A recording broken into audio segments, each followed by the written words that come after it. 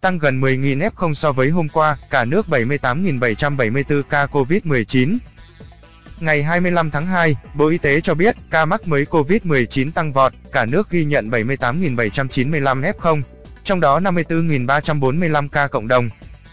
Tính từ 16 giờ ngày 24 tháng 2 đến 16 giờ ngày 25 tháng 2, trên hệ thống quốc gia quản lý ca bệnh COVID-19 ghi nhận 78.795 ca nhiễm mới, trong đó 21 ca nhập cảnh và 78.774 ca ghi nhận trong nước, tăng 9.655 ca so với ngày trước đó. Tại 63 tỉnh, thành phố, có 54.345 ca trong cộng đồng. Hà Nội lập đỉnh mới với 9.836 F0, tiếp đó là Quảng Ninh, 4.615 ca trong 2 ngày, Bắc Giang, 3.563, Tuyên Quang, 2.797, Phú Thọ, 2.696, Nam Định, 2.581, Hải Dương, 2.441, Nghệ An, 2.424, Hưng Yên, 2.403, Hòa Bình, 2.385, Vĩnh Phúc, 2.367, Thành phố Hồ Chí Minh, 2.206, Bắc Ninh, 2.139, Lạng Sơn, 2.046, Sơn La, 2.001, Ninh Bình, 1.971, Hải Phòng, 1.919, Đắk Lắk, 1.912, Yên Bái, 1.785, Khánh Hòa, 1.631, Thái Bình, 1.585, Lào Cai, 1.525, Hà Giang, 1.493, Thái Nguyên, 1.489, Quảng Nam, 1.328, Quảng Bình, 1.218, Bình Phước, 1.080, Bình Định, 963, Đà Nẵng, 957, Cao Bằng, 914, Điện Biên, 891, Thanh Hóa, 885, Bà Rịa, Vũng Tàu, 846, Lâm Đồng, 785, Phú Yên, 777, Hà Tĩnh, 734, Lai Châu, 623, Hà Nam, 619, Gia Lai, 603, Cà Mau, 558, Quảng Trị, 546, Bình Dương, 339, Bình Thuận, 254, Quảng Ngãi, 235, Đắk Nông, 220, Bắc Cạn, 210, Thừa Thiên Huế, 200, Kon Tum, 194, Tây Ninh, 174, Bến Tre, 147, Bạc Liêu, 135, Đồng Nai, 109, Vĩnh Long, 84, Cần Thơ, 74, Kiên Giang, 67, Long An, 66, Trà Vinh, 39, An Giang, 29, Ninh Thuận, 24,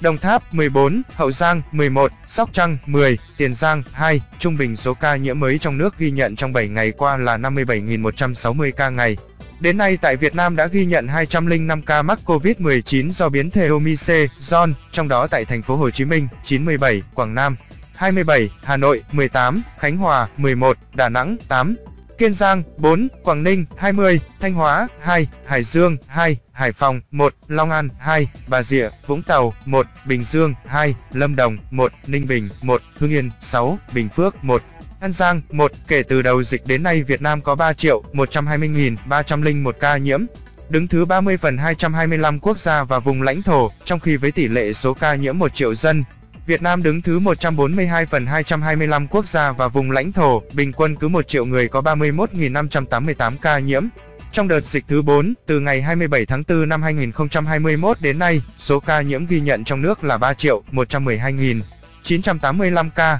trong đó có 2.352.802 bệnh nhân đã được công bố khỏi bệnh. Các địa phương ghi nhận số nhiễm tích lũy cao trong đợt dịch này: Thành phố Hồ Chí Minh 528.265, Bình Dương 290.560, Hà Nội 236.800, Đồng Nai 100.923, Tây Ninh 89.723. Về tình hình điều trị, trong ngày có 15.835 bệnh nhân được công bố khỏi bệnh, nâng tổng số ca được điều trị khỏi lên 2.355.619 ca. Số bệnh nhân nặng đang điều trị là 3.235 ca, trong đó, thở oxy qua mặt nạ 2.550 ca, thở oxy dòng cao HFNC 279 ca, thở máy không xâm lấn 104 ca, thở máy xâm lấn 289 ca, ECMO 13 ca. Về số bệnh nhân tử vong, từ 17 giờ 30 phút ngày 24 tháng 2 đến 17 giờ 30 phút ngày 25 tháng 2 ghi nhận 78 ca tử vong, trong đó tại Hà Nội 20, Đà Nẵng 7, Hải Phòng 3, Hòa Bình 3, Nghệ An 3, Phú Thọ 3, Thanh Hóa 3, Bạc Liêu 2, Bình Định 2, Bình Phước 2, Cao Bằng 2, Đắk Lắk 2, Hải Dương 2, Kiên Giang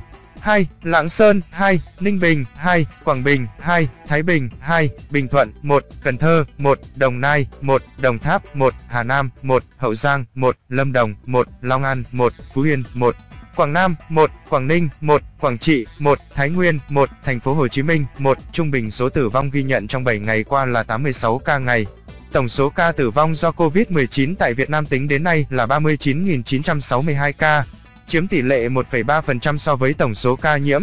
Đến nay, số ca tử vong do Covid-19 tại Việt Nam xếp thứ 24 phần 225 vùng lãnh thổ. Số ca tử vong trên 1 triệu dân xếp thứ 128 phần 225 quốc gia, vùng lãnh thổ trên thế giới, so với châu Á. Tổng số ca tử vong xếp thứ 6 phần 49, xếp thứ 3 ASEAN, tử vong trên 1 triệu dân xếp thứ 23 phần 49 quốc gia, vùng lãnh thổ châu Á. Xếp thứ 4 ASEAN. Về tình hình tiêm chủng, trong ngày 24 tháng 2 có 187.683 liều vaccine phòng Covid-19 được tiêm. Như vậy, tổng số liều vaccine đã được tiêm là 192.865.977 liều.